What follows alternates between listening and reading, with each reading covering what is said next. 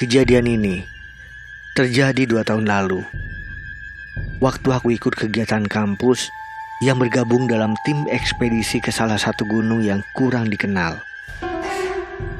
Kegiatannya sendiri bertujuan untuk menyambut mahasiswa baru yang bergabung di organisasi Mapala kampus. Singkatnya, aku adalah satu dari orang yang ikut. Well, siapa yang gak suka dengan gunung dan alamnya? Jadi, aku udah seneng aja bisa ikut kegiatan ini. Namun, rasa senang aku harus aku pikir ulang ketika jadwal keberangkatan rombongan adalah malam Jumat Kliwon. Aku sempat protes, kenapa harus Jumat Kliwon? Dan dengan enteng mereka cuma bilang, lu kan sering naik gunung, mau naik hari apa juga sama aja, lihatnya pohon-pohon doang. Salah satu dari pengurus memang kenal aku dan sepak terjang aku naik gunung. Tapi aku pikir ini bukan ide yang baik. Tapi ya sudahlah. Akhirnya aku nurut apa kata mereka sebagai pengawas dalam perjalanan ini. Gunung yang aku maksud gak bisa aku sebutin, tapi aku bisa kasih gambaran sama kalian tentang gunung ini. Ini adalah gunung yang sebenarnya cukup dikenal di Jawa Timur, namun kurang begitu populer untuk digunakan sebagai jalur pendakian. Karena gunung ini lebih sering digunakan untuk camping atau sekedar jurit malam untuk sekolah dan kampus. Jalurnya yang mudah ditempuh dengan mobil, sekaligus jalur yang paling penting menghubungkan kota aku dengan salah satu kota wisata di Jawa Timur. Oke, lanjut ya. Kami berangkat bersama rombongan jam 2 sore. Kendaraan yang kami gunakan adalah bis yang sudah kami sewa karena cukup banyak yang ikut.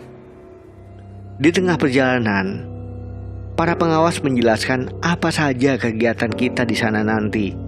Karena tujuannya sendiri hanya pengenalan pada anak-anak baru yang baru saya gabung ke Mapala. Aku nggak begitu antusias dengernya.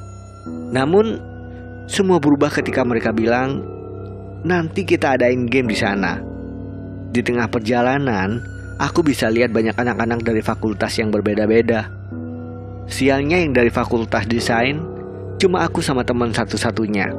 Itu pun dia adalah salah satu pengawas yang akan bertugas. Akhirnya, aku cuma diam duduk di kursi paling belakang. Jam 5, kami sampai di tanah lapang yang ditulis sebagai base camp dengan logo Mapala kami. Di sana cuma ada rumah gazebo yang tidak terlalu besar. Rupanya ini bukanlah tujuan kita malam ini, karena tujuan kita akan masuk jauh ke hutan. Aku akhirnya cuma melongo, sembari geleng-geleng kepala. Maksud aku, ini jam 5 sore dan sebentar lagi hari mulai petang. Dan mereka nyuruh kita masuk ke hutan. Gak masuk akal sama sekali. Tapi akhirnya, kami semua setuju. Aku bisa lihat gak ada yang keberatan sama sekali. Mungkin ini adalah pengalaman pertama mereka di gunung. Dan mereka gak tahu aja apa yang tinggal di tempat seperti ini. Akhirnya pembagian kelompok pun dimulai, guys. Dengan masing-masing anggota per kelompok diisi oleh 4 orang. Aku dapat kelompok dengan 2 cewek dari Fakultas Ekonomi dan Fakultas Teknik. Sebut aja namanya Ndira, Umil, dan Bekti. Aku gak keberatan sama sekali. Siapapun kelompoknya, toh ini cuma kegiatan Mapala biasa, yang pasti cuma jalan-jalan nikmati malam. Tapi rupanya Ndira lebih sering curi pandang ke arah aku. Sampai dia akhirnya bilang waktu kita cuma berdua, "Masnya bisa lihat ya?" Aku yang dengar itu cuma merespon dengan bingung. "Lihat apa ya, Mbak?" Tapi dia gak ngelanjutin, lalu pergi begitu aja.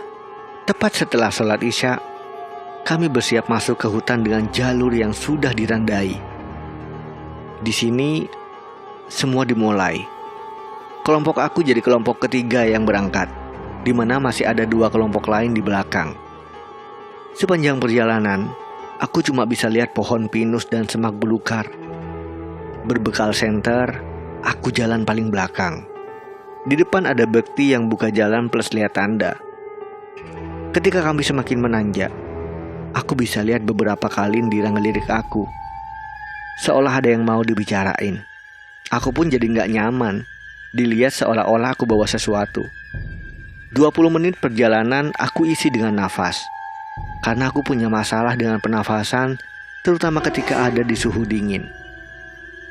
Bekti memutuskan berhenti waktu melihat Umil udah nggak bisa lanjut. Kami pun berhenti di salah satu pohon. Di sini, Dira ngedeketin aku. Lihat nggak di sana ada apa? Dira nunjuk sesuatu di semak belukar. Iya, aku lihat pocong, kata aku sebel. Dira cuma nyengir. Kemudian pergi lagi. Aku masih lihat tempat itu. Dan tiba-tiba, aku jadi merinding setelah ngomong itu. Padahal niat aku cuma bercanda. Aku nggak bisa lihat apa-apa. Semenjak kejadian itu, aku ngerasa ada yang ngikutin dari belakang. Leher belakangku jadi lebih dingin. Sampailah kita di tempat kumpul, yaitu di sebuah lahan kosong seperti lapangan. Dan aku bisa lihat banyak orang yang mulai mendirikan tenda. Perjalanannya sendiri memakan waktu cukup lama, 50 menit. Anehnya, dua kelompok yang seharusnya di belakang aku sudah pada sampai duluan.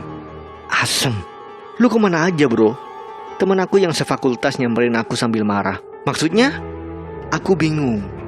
Aku bisa lihat banyak pengawas lihat aku gak enak. Akhirnya Colis bawa aku menjauh. Jalan 15 menit dari base camp aja sampai hampir 1 jam. Aku panik sama yang lain. Lah, aku lewat jalan yang lu pada kasih tanda, kata aku membela. Ya, tapi hampir 1 jam bro. Lu muterin gunung apa gimana? Dira ngedeketin aku dan Colis. Kemudian dia bilang, sorry kak, aku tadi capek banget. Jadi minta berhenti lama buat istirahat. Aku bisa lihat Dira bohong. Ya udahlah, diriin tenda buat kelompok. Habis ini ada game malam. Colis pergi, balik ke tenda pengawas. Sebelum aku tanya, Dira seolah tahu dan langsung jawab. Mereka emang suka mas gangguin orang kayak kita. Kalimat itu bikin aku makin gak enak. Aku dan Bekti mulai mendirikan 2 tenda. Sementara Umil dan Dira siapin tempat api di depan tenda. Jarak antar tenda gak terlalu jauh, tapi masih lega. Aku masih mikirin ucapan Dira. Entah, kayaknya aku familiar deh dengan kalimatnya. Setelah semua beres, Colis manggil aku. Rupanya aku ditunjuk sebagai kepala kelompok. Awalnya aku menolak, tapi rupanya si Bekti yang ngajuin nama. Game malam sendiri adalah game di mana kita akan ngambilin sampah di beberapa titik. Tujuannya sendiri untuk menghargai alam dengan membersihkan sampah yang dibuang sembarangan.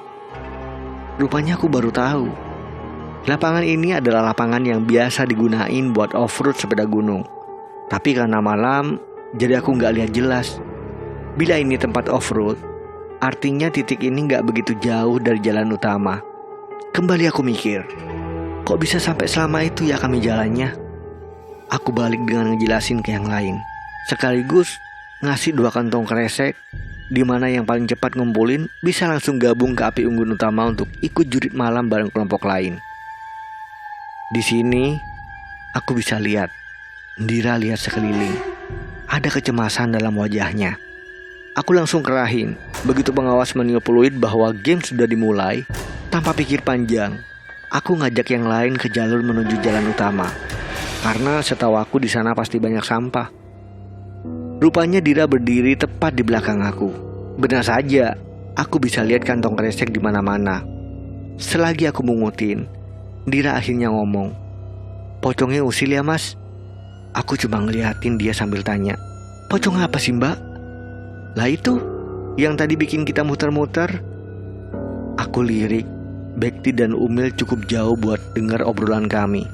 Akhirnya aku tanya, "Dir, kamu bisa lihat begituan tah? Apa cuma bikin aku jadi ketakutan?" "Loh, dia ngelihat aku curiga. Masnya bisa lihat juga kan?" "Aku nggak bisa mbak." Akhirnya aku bilang, "Lah, tapi kok tadi tahu kalau ada pocong yang tak tunjuk tadi?" Aku akhirnya ngelihat dia serius. "Lu beneran? Gak lagi bercanda kan?" Dira cuma menggeleng guys. "Ada berapa pocong di sini?" kataku akhirnya nyerah. Gak tahu mas, gak tak hitung. 40 mungkin. Aku langsung lemes. Tapi mas, kata Dira, mata kamu loh bercahaya. Masa gak bisa lihat? Akhirnya aku tahu alasannya. Aku jadi ingat waktu peristiwa aku dibawa ke Banyuwangi. Ya, sudah dihilangin kok. Akhirnya Dira paham dari situ. Aku mulai tertarik dan kemudian tanya, di sini cuma lu doang yang bisa lihat ya? Dira cuma menggeleng. Ada 5 yang bisa mas, terhitung kamu seharusnya. Tapi sekarang jadi 3 orang. Aku coba tanya, siapa aja? Tapi si Dira gak mau ngasih tahu. Jadi kalian sama-sama bisa tahu siapa aja yang bisa lihat. Dira cuma mengangguk kemudian bilang, gak semuanya bisa tahu mas, tapi yang menonjol yang bisa lihat. Karena semakin penasaran, akhirnya aku tanya ke Dira, ada apa aja di sini? Masih banyak pocongnya mas, tapi ada juga mbak-mbaknya.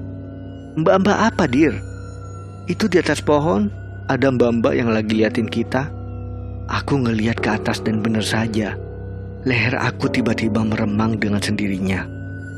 Jadi mereka yang bikin kita muter-muter. Dira akhirnya mengangguk. Setelah kantong kami penuh, kami pun balik ke lapangan. Tapi rupanya di lapangan aku ngeliat gelagat yang aneh. Salah satu tenda tampak dipenuhi orang-orang yang berkumpul memutari.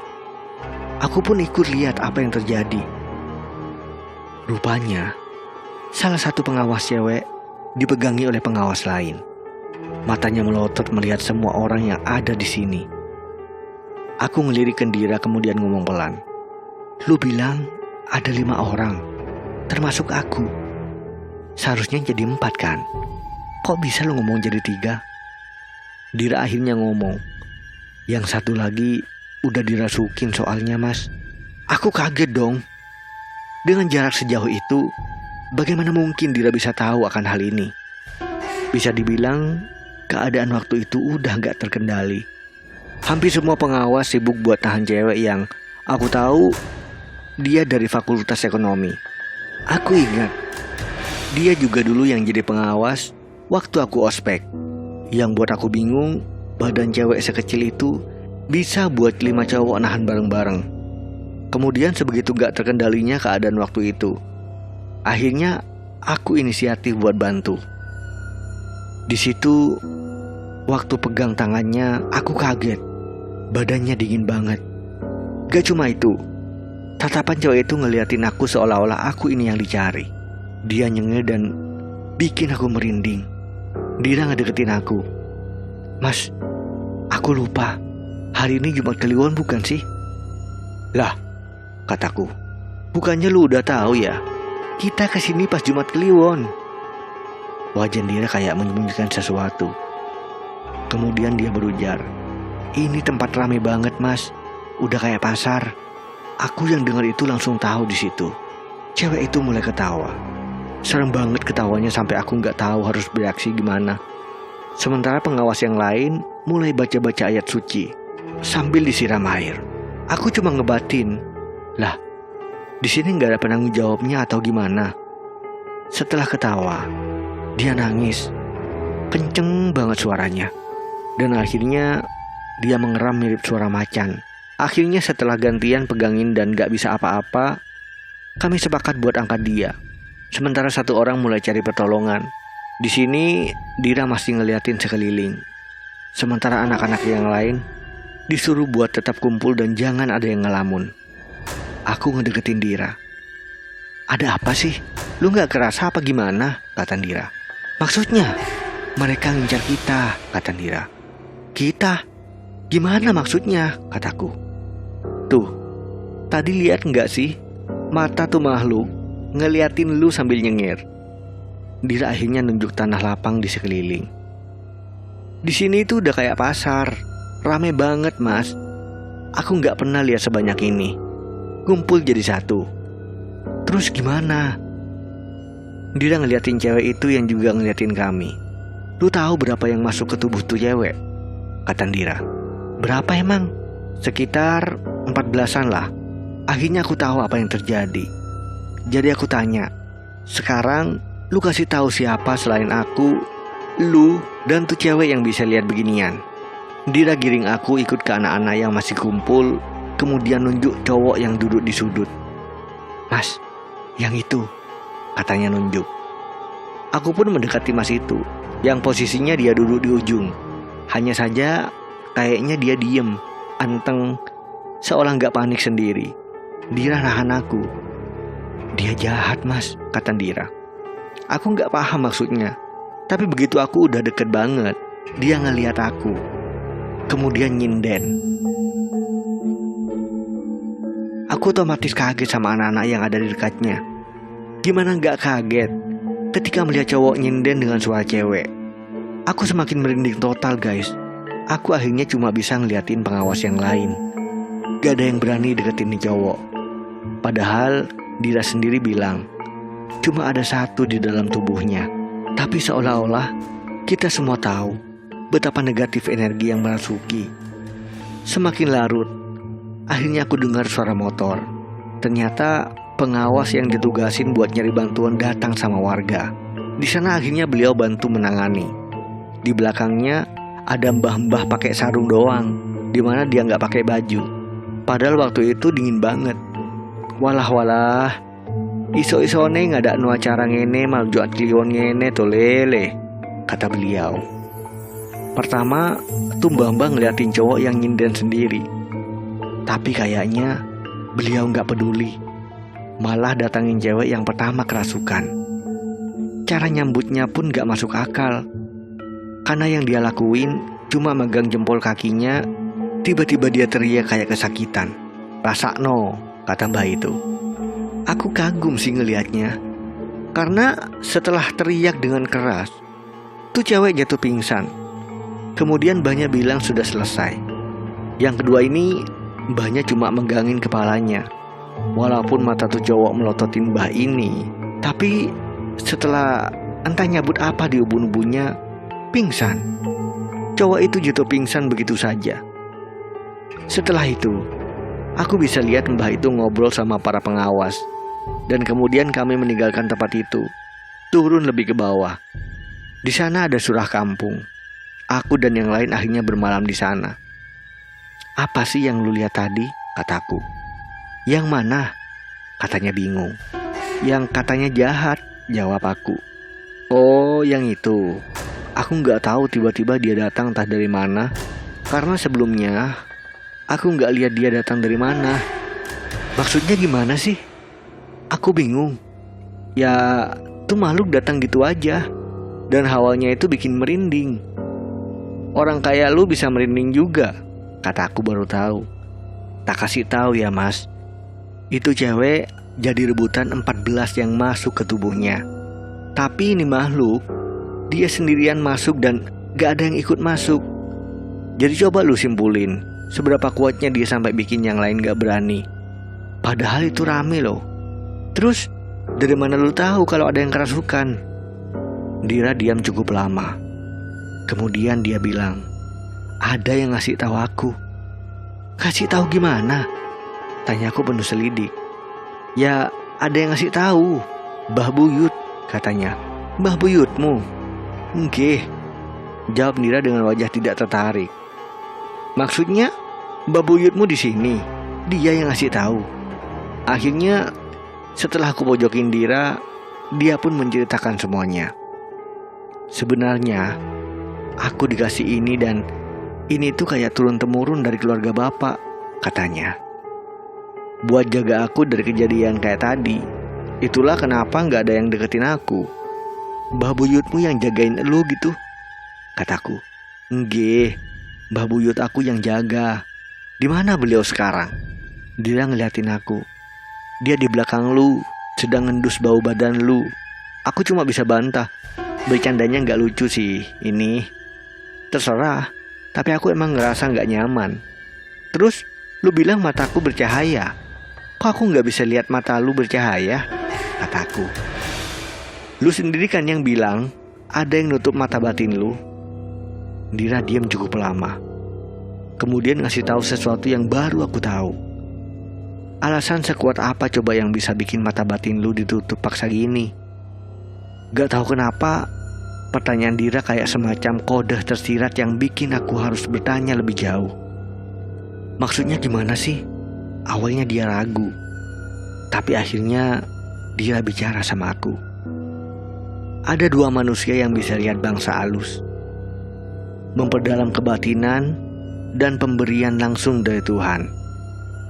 Masalahnya, lu masuk kategori yang kedua. Dira diem lagi. Dan gak butuh alasan untuk orang yang belajar kebatinan buat nutup mata batinnya. Tapi untuk orang dengan kelebihan seperti ini, itu susah buat nutupnya. Lu gak inget tahapan bagaimana pas mata batin lu ditutup. Tiba-tiba aku ingat lagi kejadian waktu itu. Waktu dimana aku bisa ketemu sama orang yang bisa nutup. Itu pun dilakukan setelah aku sembuh sehabis hitan. Aku diam lama, kemudian bertanya lagi. Gimana cara lu tahu kalau aku dari lahir bisa lihat? Dira ngelihat aku kayak penuh selidik. Lu gak tahu apa-apa ya kayaknya. Apa sengaja gak dikasih tahu ya? Aku gak tahu apa-apa, kataku pasrah. Pantes lu gak nangkap pesan aku dari tadi, katanya. Aku akhirnya tanya, apa maksud pesan itu? Tapi Dira menolak ngasih tahu lebih jauh. Lu pengen tahu gimana aku bisa tahu lu bisa lihat dari kecil? Katanya. Tahu di belakang mata kamu. Tepatnya di belakang kepala kamu. Di sana ada dua mata lagi. Meskipun lu bilang udah ditutup, tapi masih kelihatan bercahaya. Aku asumsiin lu sama kayak aku, katanya. Terus cewek dan cowok tadi beda. Mereka kayaknya belajar kebatinan dulu. Jadi mereka gak bisa lihat aku. Satu lagi siapa yang bisa lihat? Dira kayaknya nahan diri buat ngasih tahu yang terakhir. Jadi akhirnya aku gak maksain malam itu. Aku pakai buat tanya banyak hal. Masuk rupanya sesama yang dikasih sejak lahir bisa lihat hanya dengan mata. Pantes kebanyakan tiap aku ketemu orang yang tahu begituan, mereka selalu memandang aku tertarik di antaranya. Orang yang aku lupa namanya, yang nyuruh aku sih. Nyuruh aku buat tiduran beralaskan daun pisang dan berbantal batang pohon pisang. Di situ juga aku ngomongin makhluk apa saja yang di sana. Dira pun ngasih tahu aku tentang kesalahan kaprah orang-orang, di mana sebenarnya pocong itu terbang. Mereka nggak loncat seperti di film. Pocong itu terbang, mereka nggak lompat. Dan kuntilanak sama sundel bolong itu berbeda. Sundel bolong itu kakinya nggak napak tanah, sedangkan kuntilanak mereka nggak terbang tapi merangkak. Lu bayangin, kalau lihat kuntilanak di atas pohon, dipikir mereka terbang, padahal mereka merangkak ke atas pohon. Ngobrolin hal itu bikin aku merinding setelah tahu banyak hal. Keesokan paginya, bis kami datang. Kami kembali melanjutkan aktivitas mapala dan penerimaan anggota baru, sampai akhirnya balik ke bis sebelum pulang, termasuk berkemas. Sementara cewek dan cowok yang sempat kerasukan, kami sepakat gak ngomongin itu sama sekali. Yang aku tahu, si cewek emang lagi ada masalah, menurut kabar yang aku dengar sih. Sedangkan si cowok, dia lagi sial saja, sempat kosong pikirannya, karena mungkin kaget ya atas apa yang ada di sana.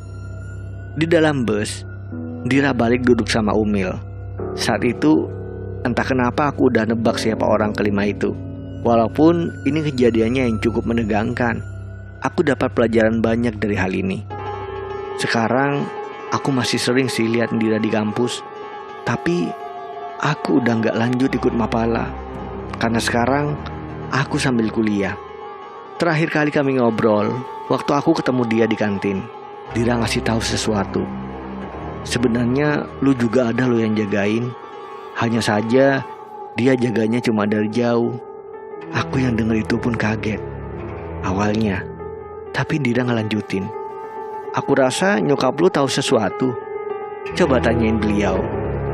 Namun sampai saat ini aku belum tanya sama sekali sama nyokap. Mungkin lain kali ya. Mungkin aku bakalan tanyain. Toh sekarang aku udah nyaman dengan kehidupan aku yang sekarang.